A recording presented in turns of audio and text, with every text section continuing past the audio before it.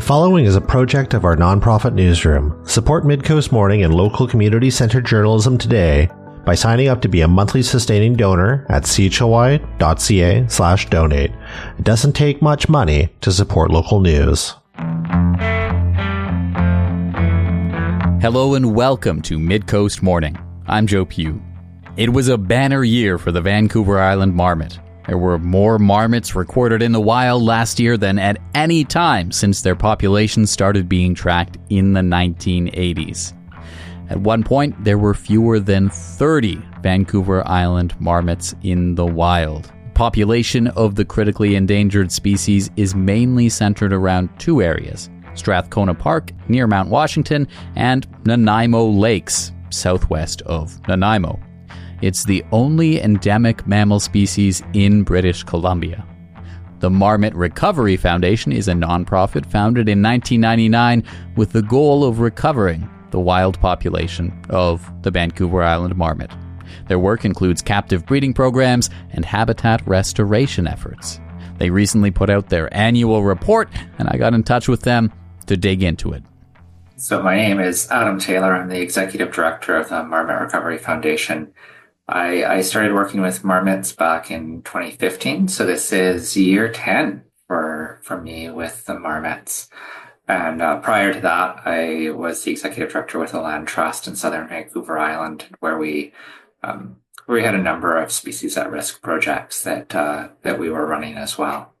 And I'm Malcolm McCady. So I'm the project veterinarian and the captive breeding coordinator for the Marmot Recovery Foundation. And so I've been working for the foundation since its very early days, for about 25 years. And I've been working on marmots since 1992.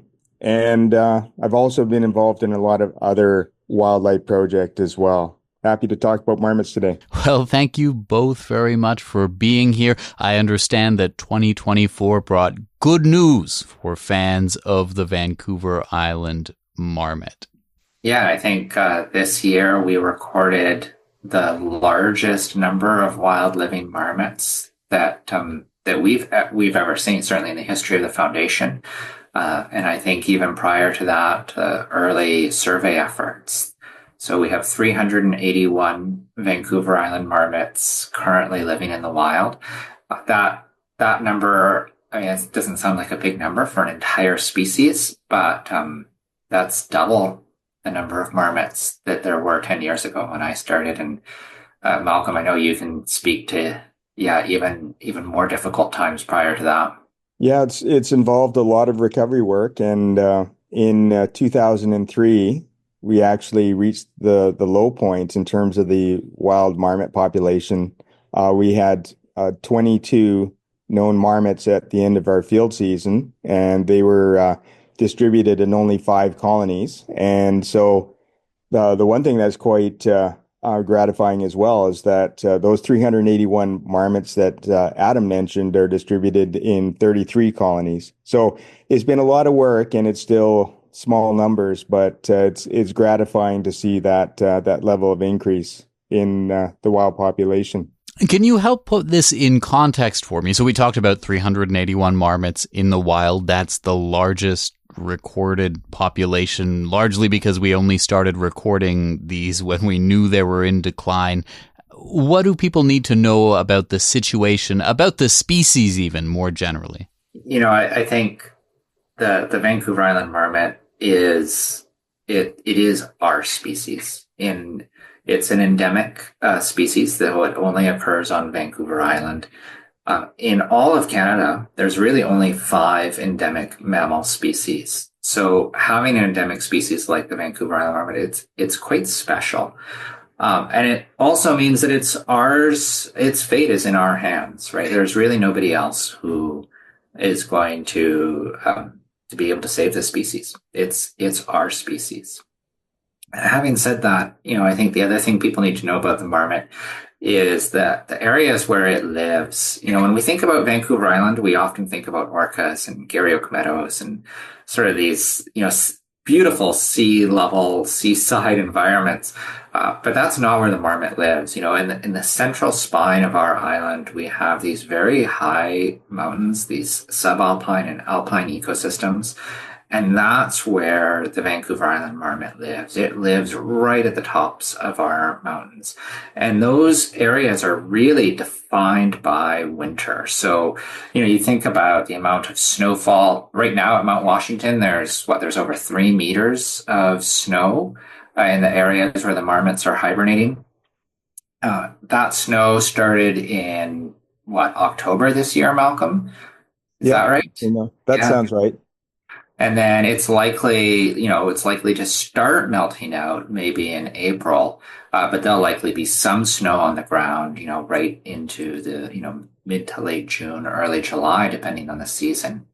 So the marmots are really defined by this long winter period that they have to survive. And to do that, they have this really just phenomenal hibernation cycle where they dig these burrows, hibernacula, that are meters deep under the soil with multiple chambers. And as winter approaches, the marmots go underground in October and November.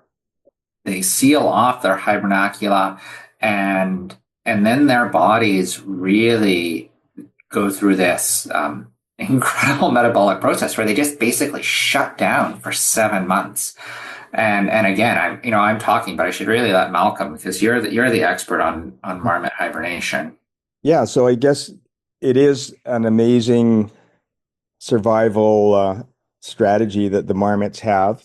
As Adam said, they are several meters below ground, and at ground level, there's also several meters of snow. So they're in this sort of buffered, insulated environment, and they go for that entirety of hibernation without eating. So they actually break down their fat reserves in order to support themselves.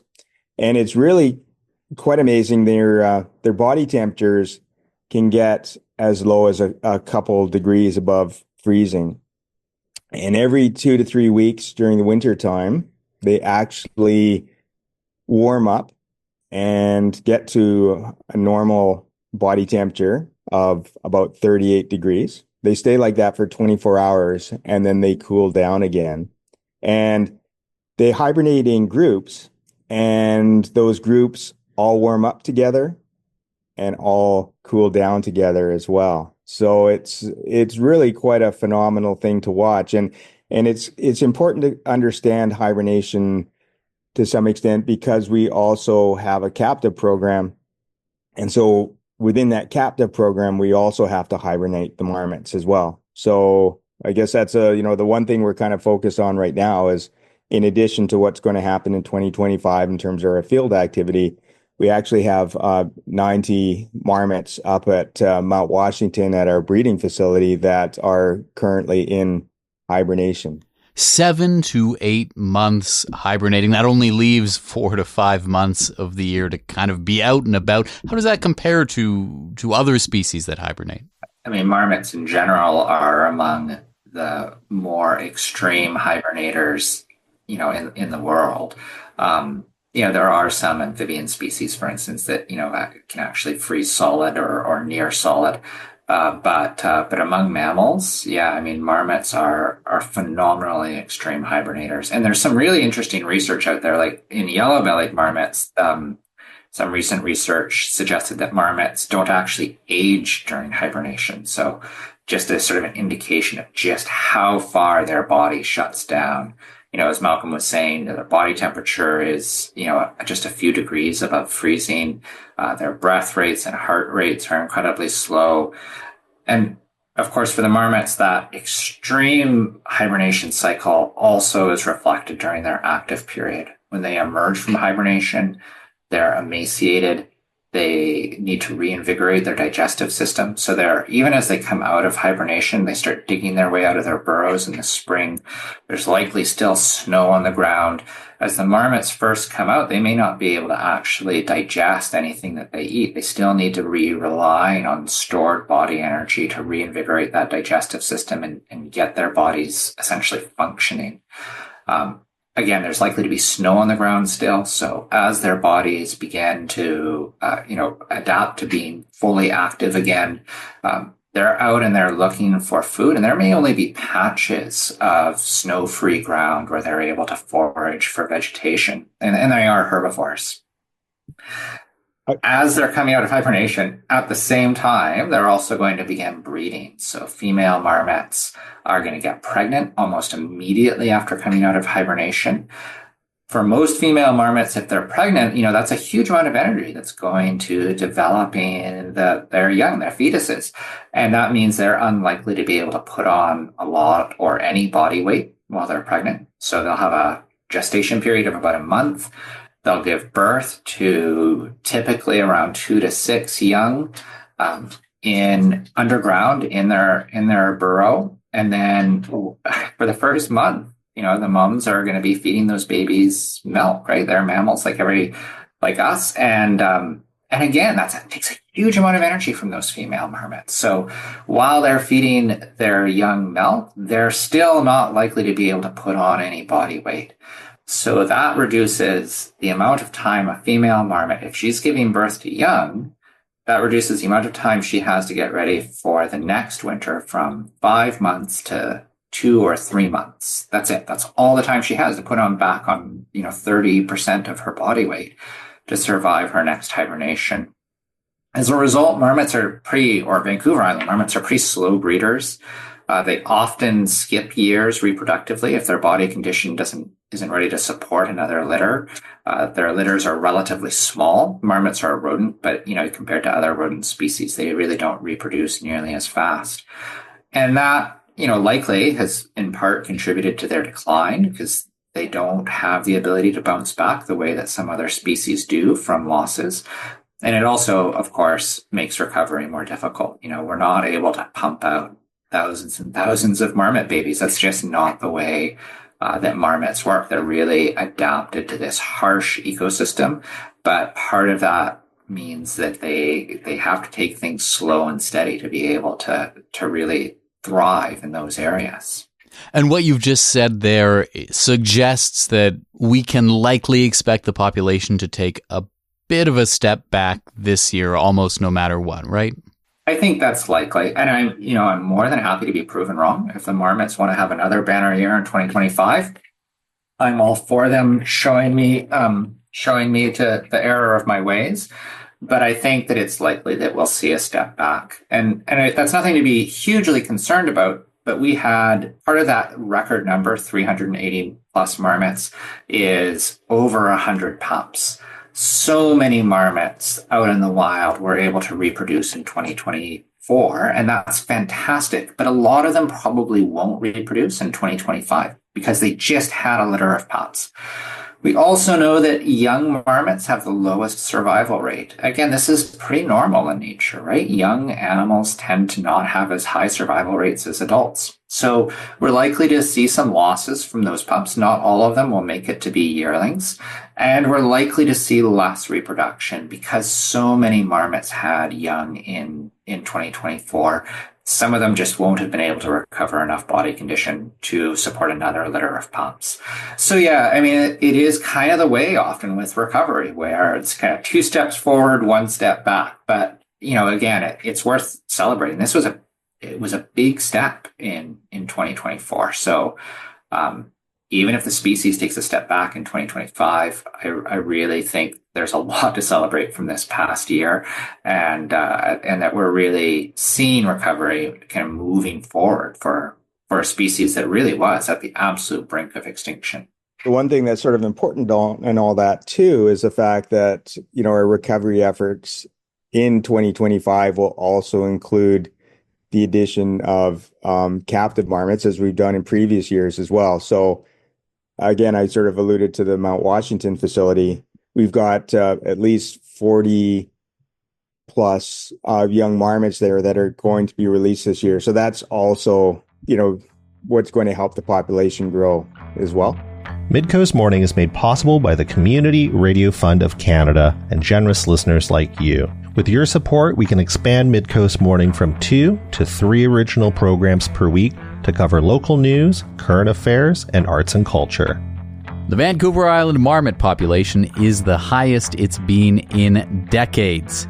There are approximately 381 out in the wild, according to the Marmot Recovery Foundation's annual report. I'm speaking with the Foundation's Executive Director, Adam Taylor, and their project veterinarian and captive breeding coordinator, Malcolm McCady. Now, the previous high for Vancouver Island Marmot population was back in 2013. What happened after that? Yeah, so during the previous couple of years, the population in the Nanaimo Lakes metapopulation. So we often talk about marmots, Vancouver Island marmots, having two clusters of colonies. And those clusters of colonies, the colonies interact with each other, and they form what we call a metapopulation. So we had this metapopulation in an area called the Nanaimo Lakes, and another in Strathcona Provincial Park in Mount Washington. Now, the Strathcona Provincial Park and Mount Washington area, during that period, during the early 2010s, it was still really struggling to establish itself. But recovery efforts in the Nanaimo Lakes really had seemed like they'd taken hold. The marmot population had really responded to the number of marmots that we'd released and reintroduced to that site. Colonies had gotten fairly large. And so at the time, based on understanding at the time, the idea was that it looked like that population was really reaching recovery thresholds. And so the decision was made to really pull back on releasing more marmots to that site, to those sites, and to see how the population would respond. And, hindsight is we have the luxury of hindsight and looking back now, and we realize that, there were warning signs that we missed, but the population was not able to sustain itself. So when we withdrew recovery supports, the population started to drop fairly quickly. And we see some of those same warning signs that we just talked about today. Lots of young marmots, lots of recently released marmots. Those marmots don't have really high survival rates. And again, that's just kind of a part of nature, right? Young marmots don't survive at the same rate that adult marmots do. So, now we really know that we need to be focusing more on, how many adult marmots are on site and what their vital rates are, like how many are surviving from year to year, what kind of reproduction they're seeing, what kind of dispersal they're having. But yeah, as we withdrew those supports, that population still wasn't stable, and it was really cut in half, or more than half, within the space of just a few years. Since then, we started reintroducing marmots again to the Nanaimo Lakes metapopulation, and that population is starting to recover. It still hasn't reached that high that it reached in 2013. During the same period, though, we've seen a lot more success in the Strathcona metapopulation, and the population there is now actually larger than the Nanaimo Lakes, and it is showing a lot of signs of strength. Not, and I want to emphasize this, not enough strength that we're talking about withdrawing recovery supports, but it's really gratifying to see marmots there really establishing a foothold in that park, really rebuilding their habitat. Marmots are ecosystem engineers. We've talked about these really deep burrows that they dig, but the impact that has, right? It's a huge amount of energy to go into creating these burrows, turning over all of that soil. And studies from marmots like hoary marmots, what we see is that meadows that have marmots have more plant biodiversity than meadows without marmots. And that's likely a result of the marmots themselves turning over soil and making those nutrients available to other plant species. So it takes time and energy from the marmots themselves to literally create their habitat. And we're finally seeing that process happening in Strathcona, which is just, it's incredible. There's a long way to go. There's lots of sites still in Strathcona where we know marmots used to live that they still don't. But yeah, it's nice to see that population take off, and hopefully we can get the Nanaimo Lakes population. It is starting to grow again, so we really got to keep that process going as well. And as Malcolm alluded, right, the big part of that is going to be releasing marmots to the wild. On that front, in the annual report, it notes that 70% of marmots released to the Mount Washington and Nanaimo Lakes areas died before they could reach prime breeding age. Do we know what sorts of factors could be contributing to that? So I always want to distinguish between what we call the proximate cause of death and the ultimate cause of death. So when we talk about the proximate cause of death, you might think about this in terms of an elderly person, right? An elderly person might die of a heart attack or kidney failure or whatever the case may be. But at the same time, if we're talking about somebody who's over 100 years old, well, I mean, the real cause of death was that they were just really old. And the same thing applies for marmots. The proximate cause of death in marmots is almost always predation. They almost always end up getting eaten by an animal. Oftentimes that's a cougar. Some marmots also die in hibernation over winter. As we talked about, it's a pretty extreme process. But really the question becomes, why are marmots dying to predation and not surviving over winter? If we look at their overwinter survival, I have to say, in what we've seen over the past at least 10 years since I've been with the organization, their overwinter survival has been pretty good. It's been quite comparable to other marmot species. We're not seeing a lot of deaths where we can really attribute that to overwinter mortality or hibernation-related mortality. When it comes to predation, though, we are seeing some different patterns. We're seeing a lot of predation in some marmot meadows. There often tend to be spikes.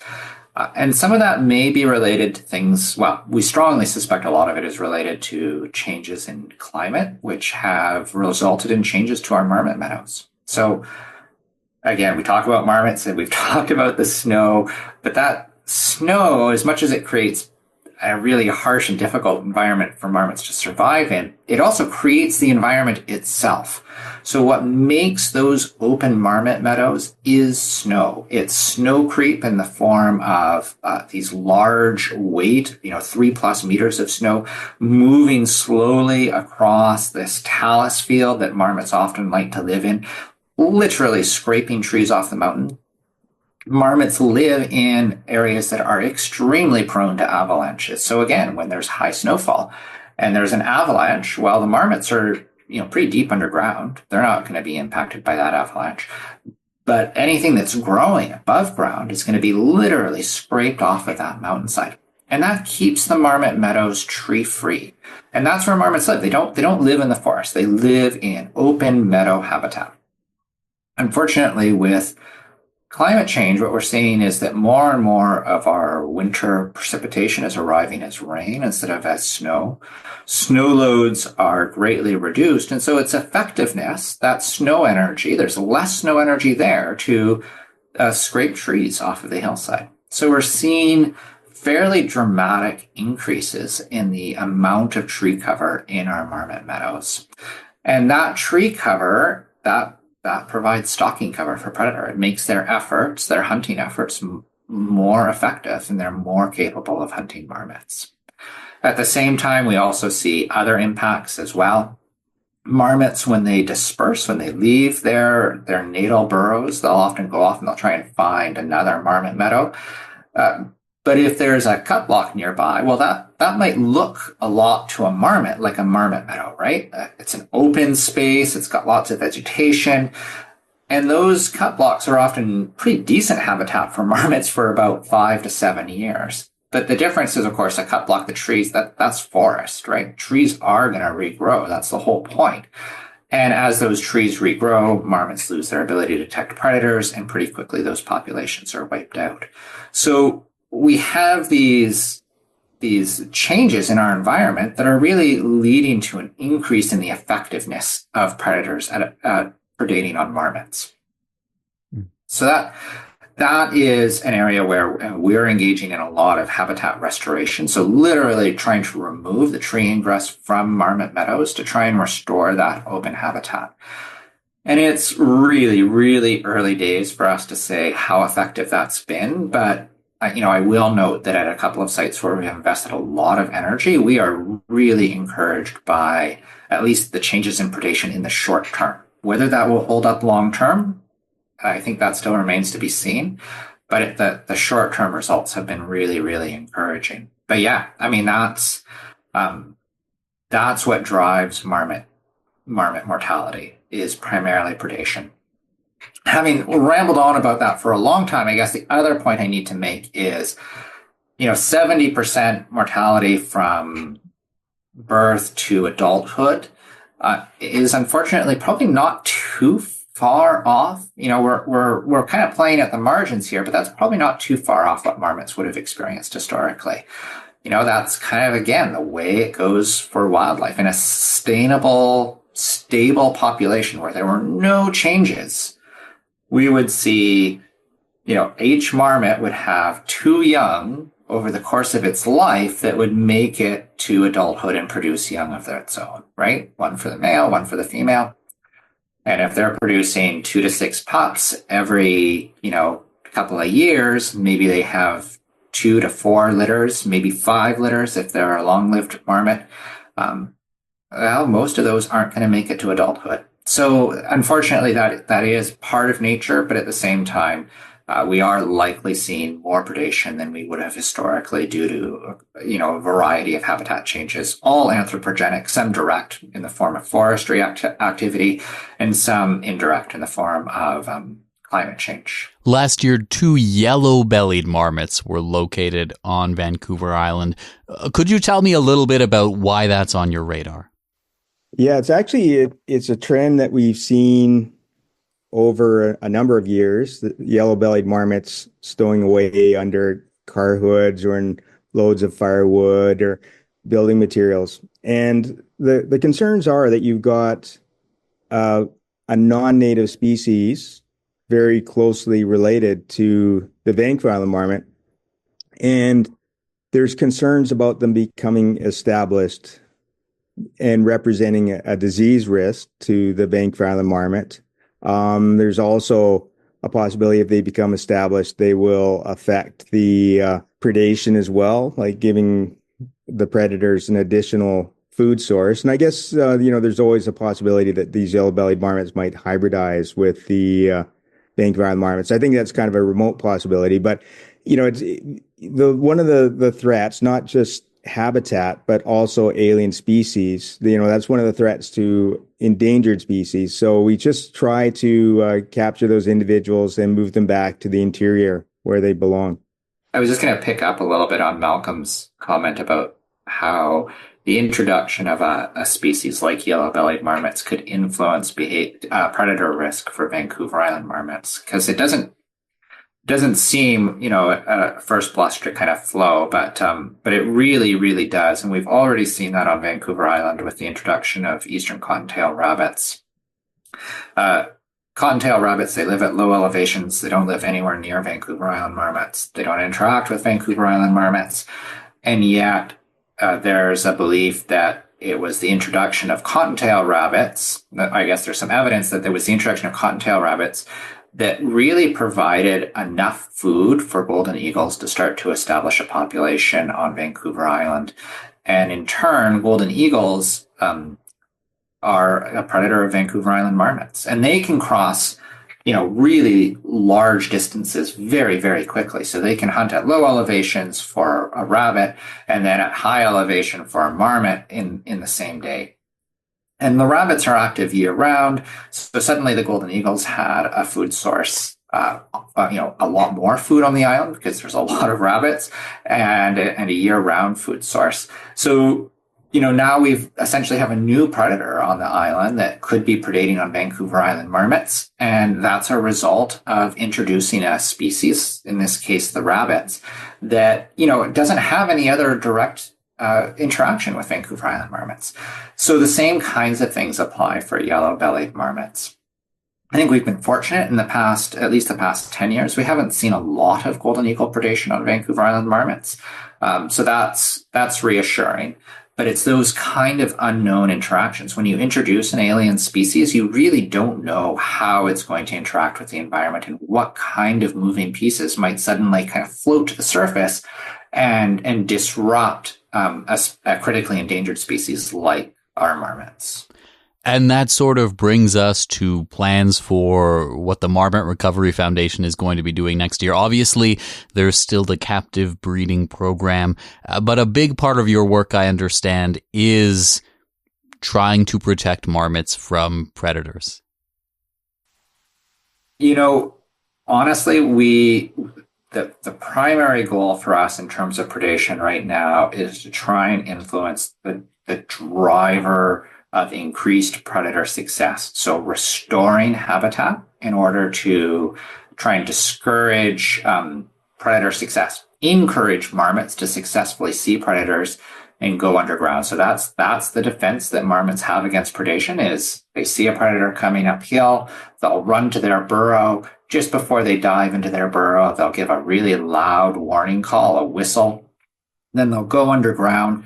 That warning call, that's going to warn the other marmots in the colony that they need to be alert and hopefully give them time to get to what we call escape terrain, a place where they can go underground and the predator can't get to them.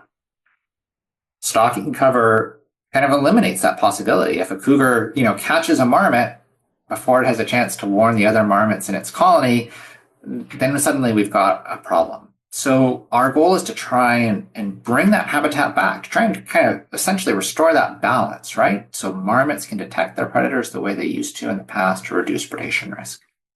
We do have some other non-lethal approaches that we're experimenting with. One of them is an area called fox lights. Fox lights are a tool that's been used really successfully in Africa with lions and other large cats. And they're these sort of programmable flashing lights at nighttime. They really discourage the large cats in Africa from predating on livestock there. Unfortunately, in North America, one of the big differences in Africa versus North America is that the big cats in Africa evolved alongside humans. But that's not the case for our cougars in North America. And trials with fox lights here haven't been nearly as successful. We think there might be a role for them in terms of discouraging predation over really short periods of time. So, we've had a bit of success and we're going to keep working at that to see if there's a way to really, kind of maybe mitigate a little bit of predation during really critical periods of the year. And the other one that we really want to look into is some really interesting research that's come out of Australia, where they actually, this is going to get a little bit, potty humor for a minute, but they synthesized the urine of, and this again, it's all really counterintuitive. They synthesized the urine of their target species. So not the predators, but the urine of the animals that the predators were eating. And then they sprayed it everywhere. And the idea was that when predators move into an ecosystem, they're really keen in their energy in terms of where to hunt, where to be active, based on odor cues. So smelling where their prey species have been by smelling the urine. And if you just kind of flood the zone so that urine is everywhere, then the predators don't have any opportunity to really key in, right? They don't have any idea where to search. It's just overwhelming, and so their predation success rates really drop quite dramatically. So we're really interested in this research. We want to see if it can be applied to Vancouver Island marmots. There's certainly reason to think that cougars are using olfactory cues to key in on where marmots are to be able to hunt them successfully. There are, and I really want to emphasize, this is a long-term project and we're really just in the early stages of it. There's a lot of potential pitfalls. One of them being that marmots also use odor cues to communicate with other marmots. That's a part of their sociality. So they mark territories, they rub against territories to kind of indicate, what's theirs, what family members belong in what spot. So we need to figure out if we can create something that will confuse the cougars but not impact the marmots. And I don't know if that can be done, but it is a really interesting, promising area that has had success in other parts of the world. Is there anything else you think it's important people know about the current state of the Vancouver Island Marmot or the next steps? Well, I think for me, the big thing to know about the current state of the Vancouver Island Marmot is that the species would be extinct today if it weren't for this recovery effort. There's just no doubt that this species would be at least extinct in the wild. It would be gone today. And that this recovery effort has really been made possible by people who donate to us. 75% of our funding comes from the public, from public donations. And, at a personal level, I am extremely grateful that I get to work with the Vancouver Island Marmots. I love this species. I mean, I love all wildlife, but I do really have a special place in my heart for the Vancouver Island Marmot. And I am, just incredibly grateful that we have been able to recover this species. Yet its recovery started, when it was at the absolute brink of extinction, that we've been able to expand the number of mountains that it's on. And none of that would have been possible without the support of our partners and without the support of the public. So I am just incredibly grateful to everybody who makes our work possible. And I really want all of our partners, all of our supporters, to take a moment and pat themselves on the back for having played a role in saving a species from extinction. It doesn't happen that often. There's not a lot of these good news stories with species at risk out there right now. So, I think that's the big one. Having said that, I think the next big one is our job's not done yet. We know that. We know that this species isn't recovered. I think it's fantastic to take a moment and celebrate, this number of marmots. It's setting a new record for the number of marmots in the wild.